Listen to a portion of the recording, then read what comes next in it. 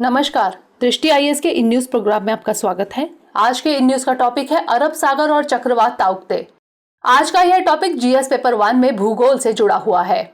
देख लेते हैं डायमेंशंस जिन पे हम आज की चर्चा करेंगे। सबसे पहले खबर पर नजर डालेंगे। चक्रवात ताउते के बारे में जानेंगे। उष्णकटिबंधीय चक्रवात क्या है वह जानेंगे। अरब सागर और चक्रवात उसके बारे में जानेंगे। चक्रवातों के नामकरण के बारे में जानेंगे। आईएमडी यानी भारतीय मौसम विज्ञान विभाग के बारे में जानेंगे और अंत में रहेगा आपके लिए प्रश्न।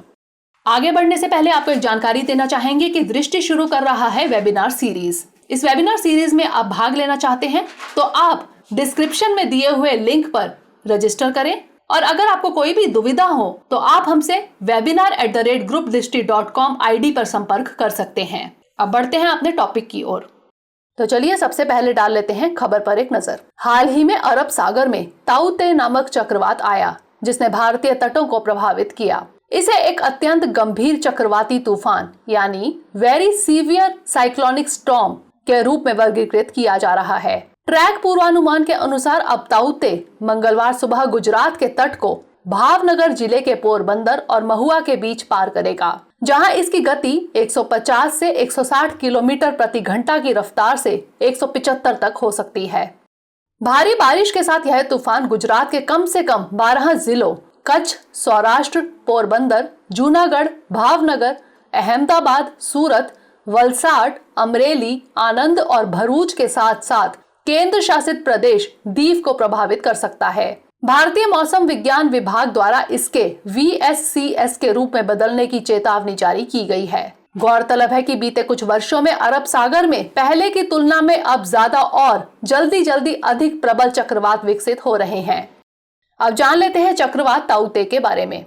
चक्रवात ताउते का नामकरण म्यांमार द्वारा किया गया है। यह एक बर्मी भाषा का शब्द है जिसका अर्थ है छिपकली। पिछले लगातार कुछ वर्षों में अरब सागर में विकसित होने वाला चौथा चक्रवात है, वह भी प्री मॉनसून अवधि यानी अप्रैल से जून में। 2018 के बाद से इन सभी चक्रवातों को गंभीर चक्रवात या उससे ऊपर की श्रेणी में रखा गया है। इससे पूर्व 2018 में चक्रवात मेकानु, 2019 में चक्रवात वायु तथा 2020 में चक्रवात निसर्ग आए थे, जिन्होंने क्रमशः ओमान, गुजरात और महाराष्ट्र को प्रभावित किया था।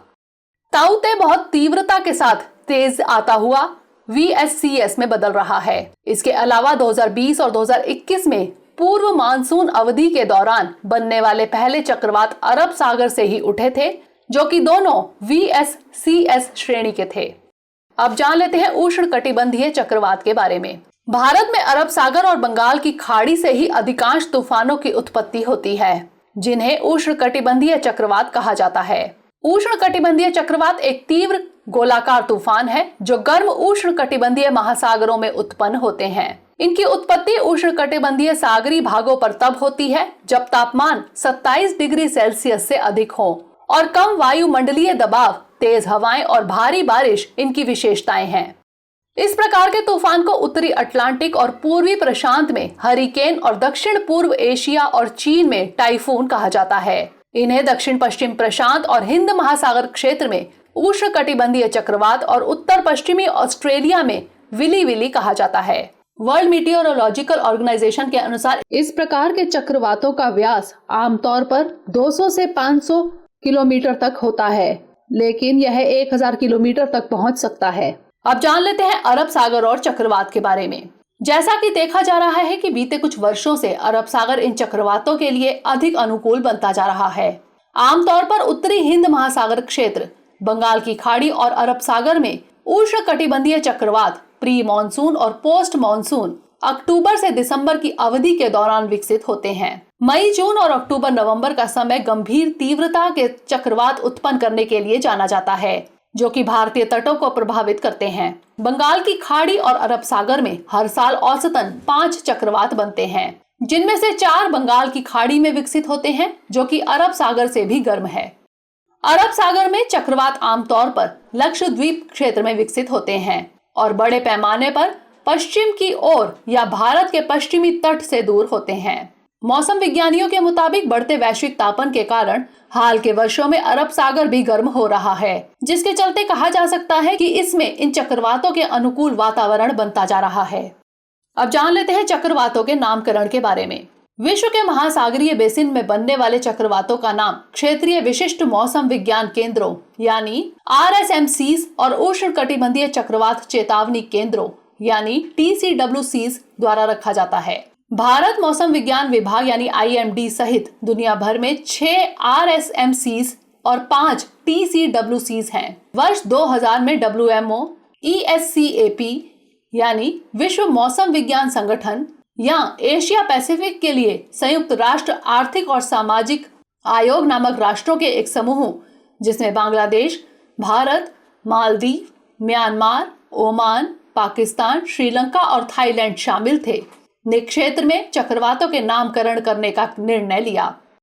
प्रत्येक देश द्वारा दिए गए सुझावों के बाद उष्णकटिबंधीय चक्रवातों पर WMO एस्कैप पैनल PTC ने सूची को अंतिम रूप दिया। हिंद महासागर क्षेत्र के 8 देश बांग्लादेश, भारत, मालदीव, म्यांमार, ओमान, पाकिस्तान, श्रीलंका तथा थाईलैंड एक साथ मिलकर आने वाले चक्रवातों के नाम तय करते हैं। रीजनल स्पेशलाइज्ड मीटेरोलॉजिकल सेंटर नई दिल्ली बंगाल की खाड़ी और अरब सागर सहित उत्तरी हिंद महासागर पर विकसित होने वाले उष्णकटिबंधीय चक्रवातों के नामकरण हेतु उत्तरदायी है।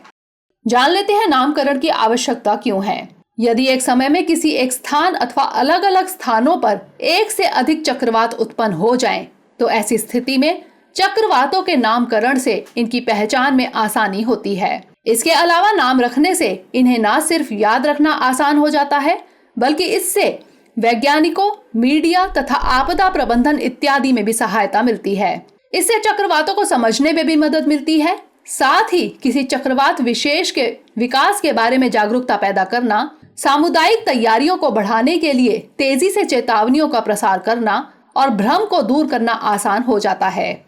अब जान लेते हैं IMD यानी भारतीय मौसम विज्ञान विभाग के बारे में। इसकी स्थापना वर्ष 1875 में की गई थी। IMD भारत सरकार के पृथ्वी विज्ञान मंत्रालय की एक एजेंसी है। यह देश में मौसम संबंधी जानकारियों, मौसम पूर्वानुमान तथा भूकंपीय विज्ञान से संबंधित प्रमुख एजेंसी है। अब नोट कर लेते हैं आज का प्रश्न। ताऊते चक्रवात ने भारत के पश्चिमी तट को काफी नुकसान पहुंचाया है। इस चक्रवात की उत्पत्ति और चक्रवातों के नामकरण की आवश्यकता को विस्तार से समझाइए। तो ये था हमारा आज का सेशन। अगले सेशन में किसी नए टॉपिक के साथ मिलेंगे। तब तक के लिए धन्यवाद।